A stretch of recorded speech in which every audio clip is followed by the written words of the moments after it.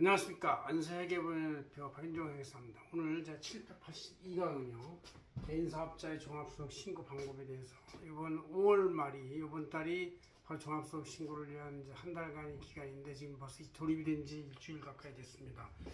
이거에 대해서는 우리 안세제강저널 5월 6일자 20년 기준경비율하고 단순경비율을 이렇게 60페이지에 걸쳐서 펼쳐냈는데 나름대로 도움이 되도록 하겠습니다.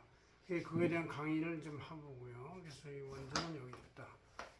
자, 그 세 가지 방법이 있죠. 복식부기, 실제 기록을 해서 장부를 작성하는 방법이 하나 있고, 그 다음 그것은 이제 재무제표가 나오는데 손익계산서 재무상태표하고 학계장애시산표를 첨부해가지고 하면은 그 실업신고라고 부르는 것이고, 그 다음 두 번째로 기준 경비를 적용을 하는데 추계라고 해요. 그래서 이건 매출액에서 입증되는 매입 경비나 원가 인건비를 빼고, 그 다음 기준 경비율 한 1, 20% 정도 해당하는 기준 경비율 사소한 금액들 된 걸 빼면 이제 이게 실액은 아니지만 어느 정도 추정의 금액이 나온다 이런 얘기고, 세 번째는 단순 경비율이라는 게 있어요. 매출액에서 단순 경비율을 금액을 빼면은 과소득이 나오는데 이것은 아주 추정 중에서도 가장 적당한 추정이라고 볼 수 있는 것이죠. 이렇게 세 가지 방법이 적용된다 이런 얘기죠. 이런 세 가지 방법에 대해서 적용하는 단계가 있는데 매출액 기준이 1차 산업이나 도소매, 부동산 매매업의 경우는 일정 규모 3억 이상이면 실제 기장을 해야 되고, 그다음 이제 그 6천만 원까지는 이제 간편장부를 할 수가 있고 6천만 원 이하는 이제 기장 의무가 없습니다. 그럼 제조업이나 건설은 음식, 숙박업 같은 경우는 일정 규모가 이제 1.5억으로 돼 있고, 소규모 기준은 이제 3,600만 원으로 돼 있고, 부동산 임대업이나 과학기술 서비스 전문 직업 일정 규모 기준이 7,500만 원으로 돼 있고, 소규모 기준 2,400 매출액이 아니면 뭐 한 달에 1, 200밖에 안 되고 원가 나가고 하면 거의 그 근근히 사업을 하는 경우라고 볼 수 있는데, 이렇게 작게 이제 이렇게 해서 이런 경우만 기장 의무가 없다. 나머지들은 간편장부나 일정 매출 이상을 해 대해서는 이제 복식부기 해라 이런 뜻이죠. 이런 의무에 따라서 기장세액공제가 적용되는 경우가 있고, 오히려 반대로 가산세 20% 적용되는 경우가 나눠진다 이런 얘기. 그래서 이제 어떻게 되는 거를 한번 자세히 보겠습니다.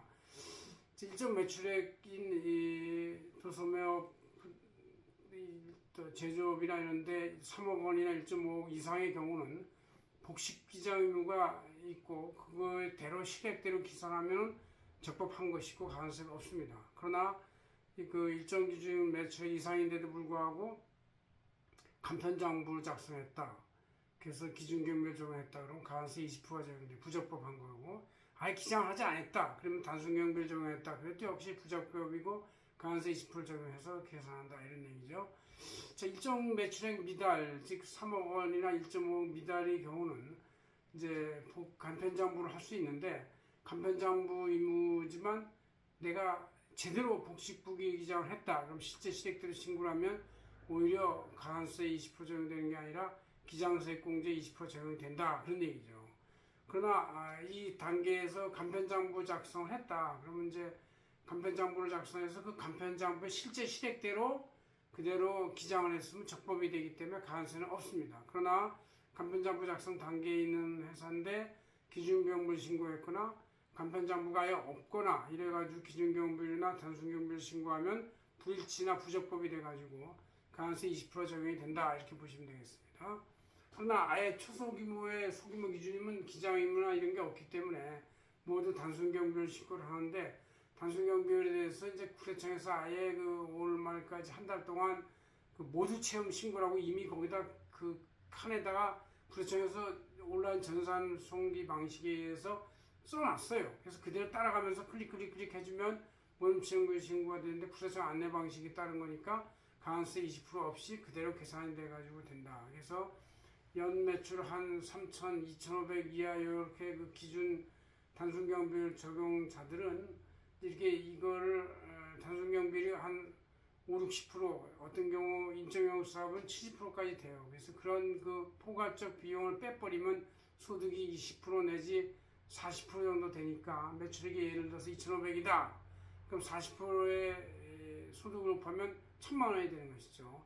1,000만 원에서 이제 뭐 150만 원의 기본공제 등등을 빼면 800 정도의 그 소득이 나오고 여기 6%를 곱하기 6% 48, 한 48만 원 정도의 세금이 나온다. 2,500에 48만 원 정도면 낼만 한데 그것도 실제 기장을 하면 더 적게 할 수 있지만 실제 기장은 허구죠. 왜냐하면 그 단계에서는 2,500의 매출액에 대한 소득이 거의 한 2,000 정도는 된다고 봐야 되기 때문에 구세청에서 모든 체험 신고를 해주는 것이 굉장히 도움이 되는, 즉 실액보다 세금이 적게 나오는 수준일 것이다 이렇게 예상을 하고 있습니다. 그래서 여러분들이 자기가 이 모든 체험 신고를 통고를 받았으면 그대로 따라하면서 신고를 그 자기 손으로 클릭해서 완결해주면 되겠습니다. 그렇지 않고 밖에다 맡기면 이제 실제 입증되는 경비가 있을 때는 외부 기장하는 회계사 세무사한테 맡겨서 일을 할 수는 있다고 생각합니다. 고맙습니다. 안성현 대표 박인정이었습니다.